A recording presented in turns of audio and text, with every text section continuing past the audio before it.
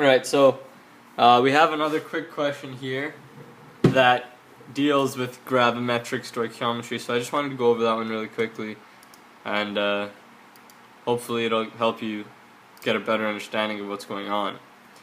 So, in the question the question reads, I should say, to determine the mass of copper present in a 20-gram sample of a catalyst, the sample was reacted with a 0.200 molar hydrochloric acid. The mass of precipitate formed was found to be 8.75 grams. The mass of the copper in the sample is, and so we were told to calculate the mass of the sample of copper. So we work on the basis that the reaction produces insoluble copper 1 chloride, such that the equation would be like this: copper plus HCl forms a precipitate, so CuCl plus H2. Now, as always, the first step is to balance this, so let's go ahead and do that quickly. So 2 hydrogens, 2 hydrogens, 2 chlorines, 2 chlorines, 2 copper, 2 copper. And so, from the balanced equation, we know that the ratio is 1 to 1 between copper and copper chloride. So 1 mole of Cu produces 1 mole CuCl.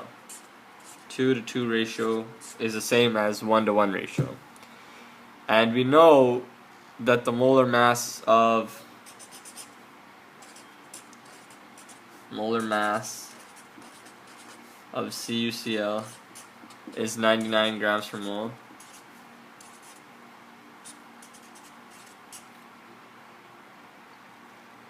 And so we can say that 8.75 grams of copper chloride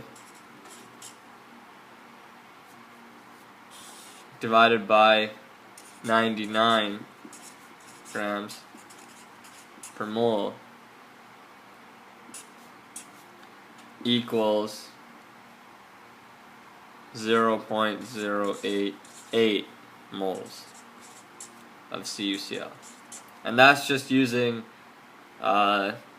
N equals M over M, little m over big M, or this is molar mass, so you can call it double M. And so we can say that the sample contained, since it's a 1-to-1 ratio, we can say that this moles, so mole of CuCl equals mole of Cu, which is what we're looking for. And then we can go ahead and say that, okay, using this again, N equals M over mass over molar mass, we can say that the mass of the copper sample, copper in the sample, is going to be equal to N times molar mass, which is equal to 0.088 times the molar mass of copper. This is moles, and the molar mass of copper is 63.5 grams per mole. Moles will go away, and we're gonna get that it equals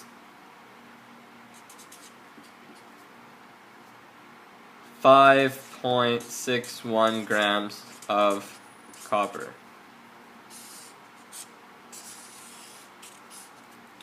So the important thing is that you figure out exactly what you're looking for, and you have to remember the gravimetric stoichiometry, you always want the answer to be a mass. And so that's the one extra step that you may have to consider versus just normal stoichiometry. And also, one other thing is that you want to make sure you also consider when it matters, the limiting reagent and the excess reagent. In this case, we were given the product, so working back, it didn't have any problem. But if you're given the reactants, then you should always check the limiting reagent and then go ahead. And so I'll write that on the back here so you guys can remember that quickly. It's when given reactants, data, or information,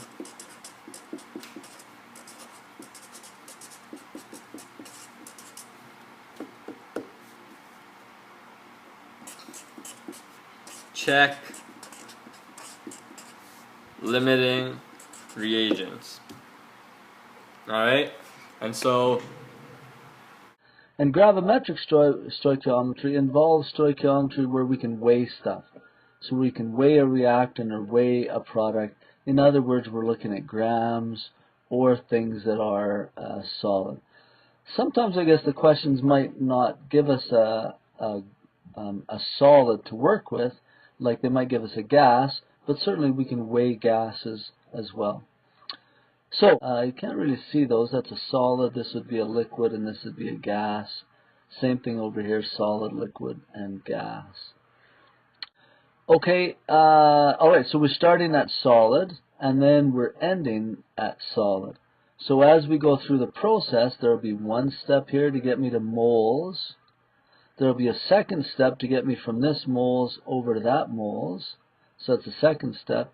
And the third step to get me to from moles back up to a solid of a different substance. So it'll be a three-stepper. Let's try it. Solution sodium hydroxide, absorb carbon dioxide, calculate the mass of carbon dioxide reacted, etc. So I've written out the equation here. Typically you wouldn't get that equation, but I've written it out here just so we can see the steps of stoichiometry. But the first step says get yourself a balanced chemical equation. So let's try and balance it. There's 2 sodiums, so maybe I'll throw a 2 over here. That gives me 2 hydroxides. I'll only have 1 there. Maybe I'll put a 2 there. Oh, this one looks a little bit harder to balance. Just a minute. Just a minute. I need a 2 there. But then I have CO3, so there's a C and there's 2 O's there and there's 1 O there, so that's okay. But then I need a H2O. Yeah, I've really got a good one to balance here. Okay, H-O. This is 2 H's, 2 H's. There's 1, 2, 3 oxygens, 4 oxygens here. There's 2, 3, 4 oxygens there. I think that one's balanced as it sits. That's a hard one to balance. Worth it to take time though to make sure that the equation is balanced. Okay, so there'd be a 2, a 1, a 1, and 1. Step 1 done. Second step says determine what you're asked and what you're given. So as I read, it says calculate the mass of carbon dioxide gas. Here's carbon dioxide gas. Mass, I don't know. That's required to react with 10 grams of sodium hydroxide. So 10.0 grams of sodium hydroxide. So this is what I'm given. I'll write it in different color. This is what I'm given, and this is what I'm asked. So I'm given grams, starting me here at Solidsville. I'm asked for grams, so I'm going to be ending up at Soliddale. 1 step, 2 step to get across the river, 3 step. Let's do them all. So the first step going through the river here will be to convert from solid or a mass of sodium hydroxide. So this is where I'm starting. I'm given sodium hydroxide information. I'm asked for carbon dioxide information. So the mass, I want to have the mass of sodium hydroxide, and I want to convert that into, step 1 just converts me to moles. Moles of sodium hydroxide. Okay, and to do that, in your other river, it has a formula there for you. And to do that, the formula is moles is equal to mass over molar mass. The mass that I'm given is 10 grams. The molar mass of sodium hydroxide, if you figure that out on your calculator, I believe it comes out to 40.00 grams per mole. So the grams cancel out. Now I just have to go 10 divided by 40, and that's equal to 0.25. 3 sig figs, so I'll put another 0 there, moles. Okay, so I've successfully gone from grams to moles. Now I need to cross the river. So I'll need to take moles, maybe I'll do it in a different color. I'll need to take moles of sodium hydroxide, because that's on this side of the river, and I have to get across the river and get moles of CO2, because that's the right side is the CO2 side. Okay, to do this mole ratio, we said write down what you're given. So I'm given 0.250 moles of sodium hydroxide, and multiply it by the ratio that I get from my balanced chemical equation. Now, which one do I put on top? Which one do I put on bottom? I've got 1 mole of CO2, 2 moles of NaOH. Those are the numbers I need to use. I can forget about these ones because I've already balanced it. The one that you want to put on the bottom is the one that you have. So I have moles of sodium hydroxide already. I want to put that one on the bottom. So it'll be 2 moles of NaOH, and that way I can cancel moles of NaOH. And I have 1 mole of CO2. Okay, so 0.250 times 1 divided by 2 will give me 0.125 moles of CO2. Now, in terms of where I am in the river, you'll notice this was step 1 here. I went from grams to moles. Then this step here, I moved across the river and got moles of CO2. So now I'm right here. That's where I'm located. All I need to do is move up the river. Or not up the river, but move from moles to grams. So my last step, we'll do in blue. I need to convert moles of CO2 into, the top thing is a solid, so that's grams of CO2. Okay, and the formula, again, it's on the river that you might have printed out, would be this. It would be mass is equal to the moles multiplied by the molar mass. So the moles I have from right there, 0.125 moles of CO2 multiplied by the molar mass. So if I add those together, 4401. So the molar mass of CO2 is 44.01 grams per mole. Okay, so the moles cancel out. I'm left with grams of carbon dioxide, which is what they asked in the question. Calculate the mass of carbon dioxide gas. 5.5. I'm just guessing. 0.125 times 44.01.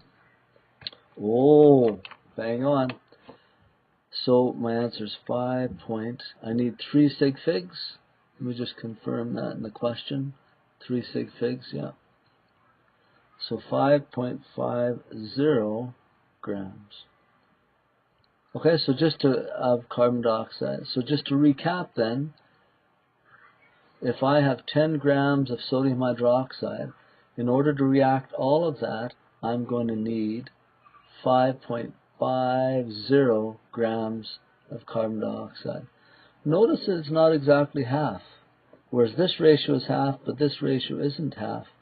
So you cannot compare grams to grams. You always have to go through moles. So the key concept for gravimetric stoichiometry is that there's always going to be 3 steps. First, you're going to use an appropriate formula, nRT for gases, C equals N over V for liquids, or N equals M over M for solids to find a mole of a known substance.